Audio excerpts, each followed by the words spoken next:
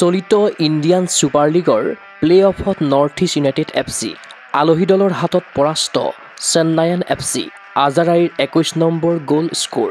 North East United FCয়ে চলিত Indian super লীগৰ প্লে অফত স্থান নিশ্চিত কৰিছে।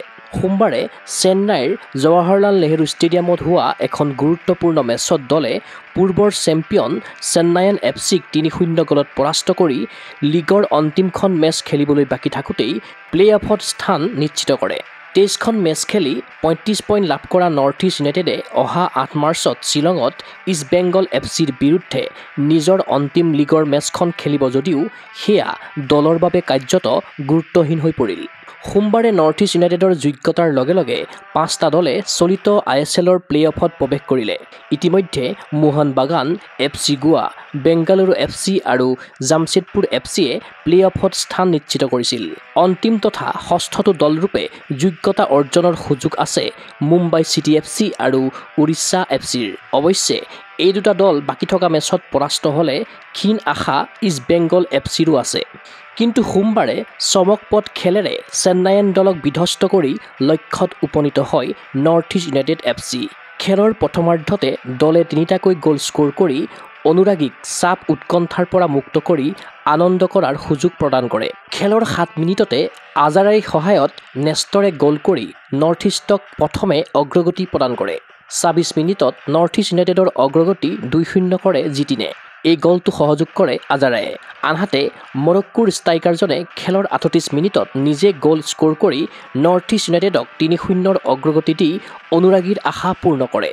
এয়া আজাৰাইৰ চলিত ISLত 21 নম্বৰ গ'ল। প্ৰথমাৰ্ধৰ নৰ্থ ইষ্ট ধুমুহাত বিধ্বস্ত হোৱা চেন্নাইয়ান দলে দ্বিতীয়াৰ্ধত ৰক্ষণ বিভাগত অধিক খেলুৱৈ নিয়োগ কৰি বিপক্ষৰ আক্ৰমণ ৰক্ষাৰ চেষ্টা কৰে।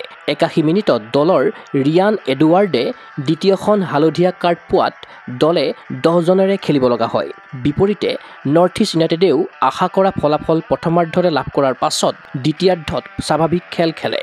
উল্লেখ্য যে চেন্নাইয়ান FC ইতিমধ্যে প্লে অফৰ দৌৰৰ পৰা আঁতৰি অহাত সোমবাৰৰ মেচখন দলৰ বাবে গুৰুত্বহীন আছিল। তথাপি অনুৰাগীৰ সন্মুখত গৃহভূমিত দলে জয়ৰ আশা কৰিছিল। কিন্তু সুসংগঠিত বিপক্ষৰ আক্ৰমণৰ সন্মুখত লজ্জাজনক আত্মসমৰ্পণ কৰে চেন্নাইয়ান দলে। অহা 9 মাৰ্চত দলে এই ষ্টেডিয়ামতে জামছেদপুৰ FCৰ বিৰুদ্ধে অন্তিমখন মেচ খেলিব। News desk report Google sports NA। They badly wanted this game. They wanted this 3 point, and they did that in the first half. Second half, of course, the way Chennai FC played, I would love to give the credit to the way they played. They were on us all the time. The way they made some substitutions, and we had lot of problems. But again, I would like to say the way our defenders and the whole team defended was really good. It's a great thing that we are in the playoffs, after a long time, a long period, and then there is something like we are putting up a system in place, and this is one testament that we have made it to the playoff. The way we are working from the youth to the senior team, we are going the right way, and I'm sure in future we'll have many more good seasons.